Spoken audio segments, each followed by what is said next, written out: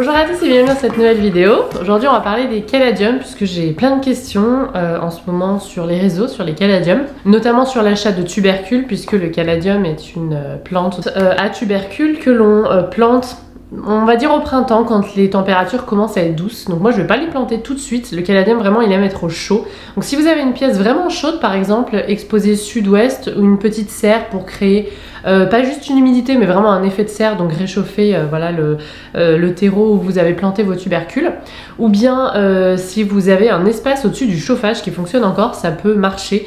Mais moi je vais attendre, je pense, fin avril, début mai pour les planter puisque le caladium aime il pousse entre 23 et 25 degrés, donc l'été c'est pas mal parce qu'ils peuvent être à l'extérieur aussi. Et ça, j'en ai beaucoup planté l'an passé et j'en ai beaucoup mis sur mon balcon l'an passé. Je vous avais fait quelques petits clips à l'époque. Voilà, donc j'ai beaucoup de questions en ce moment puisque les boutiques commencent à vendre des tubercules en ce moment. C'est le cas par exemple de What the Flower qui m'a envoyé des tubercules cette année. Cette vidéo n'est pas du tout sponsorisée par personne, mais j'ai reçu en cadeau les tubercules. Je me suis dit que j'allais vous montrer ce que j'avais reçu. Et aujourd'hui, je voulais qu'on fasse un inventaire aussi de ceux que j'avais de l'an passé, que j'ai conservé et que j'ai mis en dormance avec vous en vidéo. Si vous voulez en savoir plus sur ces belles plantes que sont les caladiums, j'ai toute une playlist caladium, la toute première année où j'en avais planté, les tests que j'avais fait. L'an passé aussi, j'avais même fait un live où je plantais avec vous. J'avais aussi ouvert mes anciens caladiums que j'avais retrouvés dans une vidéo. Je vous avais fait des vidéos entretien au fur et à mesure et à la fin de la saison, donc c'est-à-dire quand ils commencent à faire frais et qu'ils commencent à fatiguer, plus vous les plantez tôt, plus ils vont fatiguer rapidement. Mais j'en avais planté au début du printemps, à l'été, et du coup ceux de l'été m'ont duré jusqu'à la fin de l'automne quasiment. Et je vous avais filmé la mise en dormance dans un vlog, je crois. Donc si vous voulez voir tout ça, il y a toute une playlist. Mais aujourd'hui, on va faire le recensement de ceux que j'ai. Donc je les avais mis dans cette jolie petite boîte là qui vient de la boutique Brutus Jardine. J'aime bien cette petite boîte parce que, bon déjà elle est hyper belle, donc pour stocker des choses, c'est sympa. Et puis il y a des petits compartiments. Alors moi je crois que l'an passé, j'avais pas mis exactement les noms des tubercules. Donc je crois que je les avais rangés comme ça dans la... comment dire ? Dans l'euphorie, pas du tout. Dans vitesse en fait avec Loulou.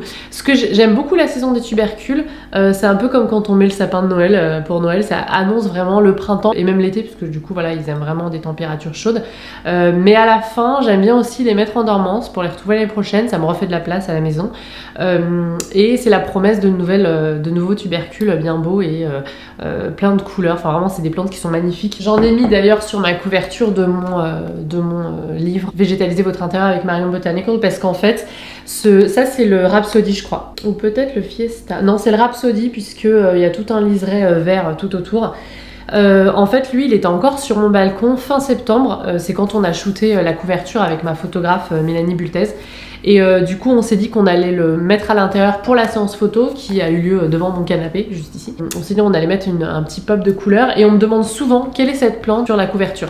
J'ai quand même toute une partie sur les tubercules de caladium, comment les faire pousser, comment ensuite les mettre en dormance. Dans mon livre c'est dans la partie numéro 3 où je parle des bulbes en général à la maison type oxalis et aussi des tubercules de caladium, petite parenthèse. C'est vrai que du coup j'ai beaucoup de questions tant depuis la sortie de mon livre que depuis que ben, voilà, les différentes boutiques et notamment What the Flower a commencé à vendre donc les tubercules pour la saison. Moi la toute première année je les avais achetés en février mes tubercules et je les avais conservés pendant 2-3 mois avant de les planter. Donc on va regarder ensemble ce que j'ai déjà de l'an passé. Est-ce qu'ils se sont bien conservés? Est-ce qu'ils ont pourri? Il y en a qui m'ont dit qu'ils sont tout mous, ils ont pourri, il y avait trop d'humidité. Certains abonnés qui ont commencé à regarder. Parfois ils shrink. Ils rapetissent aussi hein, s'ils ont mal été, notamment c'est bien de les couper quand la fleur est fanée, ça reprenne un petit peu des forces, un petit peu comme les bulbes classiques, tulipes, narcisses, etc. Quand le feuillage également est fané, les crocus aussi. Mais parfois, voilà, d'une année sur l'autre, il faut savoir que les tubercules ça dure entre 3-4 ans, le tubercule. Après, en général, il est un petit peu fatigué et du coup, on a tendance à les remplacer et les composter. En tout cas, moi c'est comme ça que je pense faire. Donc on va regarder ce que j'avais de l'an passé. Je les ai conservés dans des petits paquets en craft. Donc là, on ne sait pas ce que c'est, mais on peut voir par contre qu'ils ont bien diminué. Donc, ah, il y a une petite pousse là qui commence à sortir. C'est plutôt bon signe. Quand vous avez des quand vous avez des anciens tubercules de caladium, pour savoir comment les positionner, mettez toujours les petites pousses vers le haut. S'il n'y a pas de pouces, vous mettez l'œil vers le haut et la partie plate vers le bas. C'est comme ça qu'on arrive surtout à distinguer l'œil. Des fois on le voit mal, mais la partie plate on la met vers le bas. C'est là où les racines sortiront. Mais quand les petites pousses sont déjà là, c'est encore plus facile. Ceux-là, c'est bien, je sais pas ce que c'est. J'avais pas mis les noms. Donc je pense que les anciens, je vais faire un joli bouquet, comme j'avais fait l'an passé. Je les avais fait dans une de mes jardinières Botany Folk. Alors pas de petites pousses, mais ça n'a pas pourri. C'est plutôt... Ah lui, je sais pas s'il va donner quelque chose. Il est pas mou, mais alors il a l'air vide en fait. Assez léger. On verra. Tiens, là j'en ai un qui est en solo là. Alors ce que je fais quand les anciens, donc non seulement je les mets en eau un petit peu parce que les parties sont un petit peu sèches pendant une petite heure avant de les planter, et j'enlève aussi, j'épluche un peu comme un oignon tout ce qui est ancien, toutes les petites couches par dessus pour que voilà la pousse et l'enracinement soient encore plus faciles et plus rapides. Ah, ceux-là ils ont l'air tout petits. J'avais eu aussi chez Brutus Jardine des petits témoins en fait à planter. Donc là c'était édition 2021, le White Christmas par exemple, pour voir un petit peu. Ils sont toujours aussi bons le bois. Je crois que c'est du hêtre ou de l'épicéa. Avec une cire, elle avait rendu les pics imperméables. Donc bah on verra. Là je vais tous les. Je pense que oh là j'en ai encore des gros là. Ah, encore pas trop mal celui-là. Ah, il me reste une petite feuille. J'arrive pas à distinguer la couleur. Ça va être la surprise cette année. Il y a un petit bourgeon là qui commence à sortir. Pour le moment, c'est plutôt bien. Il n'y en a aucun qui a pourri. Je vous avais dit pour la dormance, on laisse bien sécher le tubercule avant de le mettre dans sa boîte à l'ombre. Ça doit être le White Queen parce que j'avais mis mon petit marqueur là avec. Là, on a le Fanny Manson. Oh, lui, je l'avais beaucoup aimé. Spring Fling, bien rikiki. Il n'y en a aucun qui a pourri. Ils ont un petit peu rétréci. Mais du coup, je pense que je vais me faire une grande jardinière. Morgane Verbeau, elle avait fait ça l'an passé. Dans une grande jardinière comme ça, carrée, assez haute.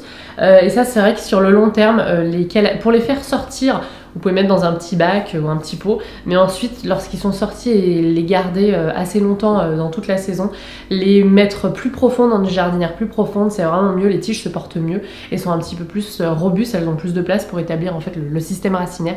Et je pense que c'est ce que je vais faire avec ceux-là directement cette année, donc soit fin avril, début mai, je vous ferai une vidéo là-dessus pour ma mise en terre des caladiums. Je les mettrai tous ensemble, ça me fera une énorme jardinière avec un beau bouquet, et puis comme ça me fera peut-être un peu comme j'avais voulu faire l'an passé avec ma jardinière Botany Folk, mais elle était à mon avis pas assez profonde pour que les bulbes s'installent de façon moyen terme, c'est-à-dire pendant 3-4 mois vraiment pour qu'ils restent beaux longtemps. Mais du coup je le ferai et puis je ferai un joli centre de table. Ça peut être une bonne solution. Un joli centre de table que je pourrais sortir sur balcon dès mai-juin quand les nuits ne tombent pas en dessous de 15 degrés par exemple. Ensuite, on va regarder mon colis What the Flower que j'ai reçu. J'ai eu un petit peu du teasing sur les réseaux. Du coup, j'ai vu apparemment, il y a une nouveauté cette année en mode pochette surprise, nostalgie années 90. Enfin, nostalgie années 90, je trouve qu'il y a encore des pochettes surprises maintenant. J'en vois plus. Du papier pour emballer, pas de plastique. Une petite des tubercules surprise, ma petite pochette surprise. Non mais franchement. Tac tac tac, ma petite pochette surprise. Alors du coup j'ai le Miss Muffet, le Strawberry Star. Oh waouh. C'est un format jumbo quoi. Donc avec ce genre de tubercules, vous avez 1, 2, 3, 4, 5, 6, quasiment 7 œils, donc 7 départs. Donc ça veut dire que vous allez avoir un caladium hyper bien fourni, pas simplement une tige. Mais si vous voulez en offrir, vous pouvez tout à fait les diviser, enlever un œil et en offrir. Ou si vous voulez faire des toutes petites plantes un petit peu moins fournies, c'est tout à fait possible. Mais en général, moi, dans ces cas-là, donc vous voyez là, ça monte, donc c'est ce qu'on va placer vers la surface, et la partie plate sera posée en bas, c'est là où les racines sortiront. Si vous avez un doute sur un vieux tubercule, mettez-le penché, couché. Un peu comme pour les bulbes de crocus et de tulipes et de narcisses, je vous le dis toujours, la tige va trouver le chemin de la lumière et les racines trouveront le terreau, il n'y aura pas de souci. Wildfire, donc là plutôt en mode un peu oreille d'éléphant qui nous fait penser à une allocation. Ça va être cool, j'en ai jamais planté du Wildfire. Pink Panther, je crois que lui c'est un de mes préférés. Le Frog in a Blender, donc J'ose pas traduire. Grenouille dans un mixeur. Voilà, c'est un très beau caladium avec un nom un petit peu funeste, mais il est très très beau. Et le dernier qui est là, qui est le Sea Foam. Alors lui, je pense que c'était un de mes préférés avec le Spring Fling que j'ai encore là l'an passé. Donc une très belle collection, je vous mettrai en barre d'infos le site bien sûr avec le réassort qui a été fait cette année des tubercules de caladium. Ça vaut le coup de les commander maintenant si vous en voulez des nouveaux avant qu'il n'y en ait plus. Ça pose aucun souci de les garder dans sa petite pochette surprise ou dans sa petite boîte encore plusieurs semaines voire quelques mois pour les planter même plus tard dans la saison. Moi ce que je pense faire c'est pas les planter tous en même temps. J'aime beaucoup les tubercules de caladium donc je pense que je vais me faire ma grosse jardinière là avec mes anciens ouais, fin avril début mai et je pense qu'en juin j'en ferai soit une autre jardinière, soit j'en planterai directement sur balcon parce que ça avait très bien fonctionné et que du coup dès qu'il fera doux ils pousseront sans souci, ils auront pas mal de lumière. Suivant votre orientation, alors il y a deux écoles. Souvent on dit voilà le caladium risque de brûler, le feuillage risque de brûler. Il existe des parties, des états aux États-Unis, je disais je prends toujours la même référence mais c'est ce que je connais le mieux, où il y a des états où ça cogne, il y a des gens qui les plantent directement par terre, même en plein cagnard, ça leur pose aucun problème. Alors est-ce que c'est une question d'adaptation? Je sais pas, mais en tout cas si vous avez seulement un balcon orienté plein sud ou plein ouest avec un soleil d'après-midi très chaud et qui brûle, vous avez une petite partie à l'ombre, mettez-les à cette ombre là, mais à mon avis progressivement ils peuvent s'y habituer. Si vous voulez en planter voilà, pour votre jardin, dans des coins où il y a un petit peu moins d'ombre, je pense que ça peut fonctionner. Bah voilà pour ce petit inventaire, ce petit recensement caladium pour l'année 2022. J'ai hâte que ça soit la saison, j'ai hâte de les mettre en terre, j'ai hâte de le faire avec vous. Bien sûr, si vous avez plein de questions sur le sujet, j'y répondrai au fur et à mesure, que ça soit ici sur YouTube ou sur Instagram, il n'y a aucun souci. Mais ouais, déjà quand on commence à les recevoir, même si c'est pas encore le moment de les mettre en terre, quand on commence déjà à les recevoir, moi je trouve que c'est un petit goût de... C'est comme quand les crocus sortent quoi.